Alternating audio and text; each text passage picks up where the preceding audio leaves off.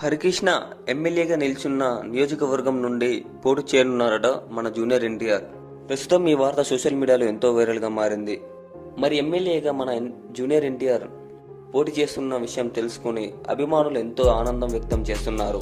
Junior NTR ఎప్పుడు ఎక్కడి నుంచి వస్తారన్నది ఒక పక్క సినిమాలోనే నటిస్తూ ఒక పక్క రాజకీయంగా ఎరంగేట్రం అంటే ఇప్పుడు నిజంగా అద్భుతమైన విషయం చెప్పాలి. అందుకే తనకు సంబంధించిన ఏ విషయమైనా తొందరగా స్ప్రెడ్ అవుతూనే ఉంటాయి. ప్రస్తుతం ఈ విషయం అయితే సోషల్ మీడియాలో వైరల్గా మారింది.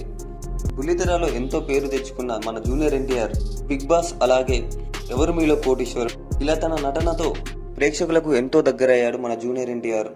ఇప్పుడు దానికి మించిన ఆఫర్స్ వస్తున్నా కానీ బుల్లితెరకు నో చెప్పారు మన జూనియర్ ఎన్టీఆర్.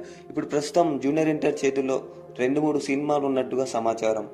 కొరటాల సినిమా, అలాగే మన కేజీఎఫ్ డైరెక్టర్ ప్రశాంత్ నీల్తో నటిస్తున్న విషయం తెలిసిందే.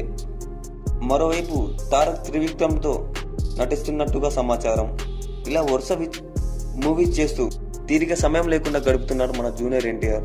మొత్తానికి జూనియర్ ఎన్టీఆర్ రాజకీయంలో ఎంట్రీ ఇవ్వడం చూస్తే తెలుగుదేశం పార్టీని నారావారి చేతుల నుండి నందమూరి పేరు మారిపోయేలా కనిపిస్తుంది.